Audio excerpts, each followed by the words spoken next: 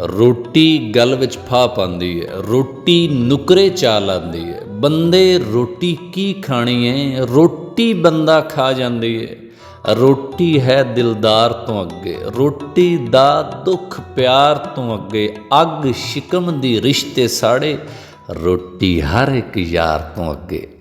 ਜਦ ਵੀ ਸਾਹਮਣੇ ਆਵੇ ਰੋਟੀ, ਜਦ ਵੀ ਸਾਹਮਣੇ ਆਵੇ ਰੋਟੀ, ਆਪਣਾ ਗੈਰ ਬਣਾਵੇ ਰੋਟੀ। ਸ਼ਾਦੀਆਂ ਅੰਦਰ ਵਿੱਚ ਵਲੀਮੇ, ਕੀ ਰੰਗ ਵਿਖਾਵੇ ਰੋਟੀ।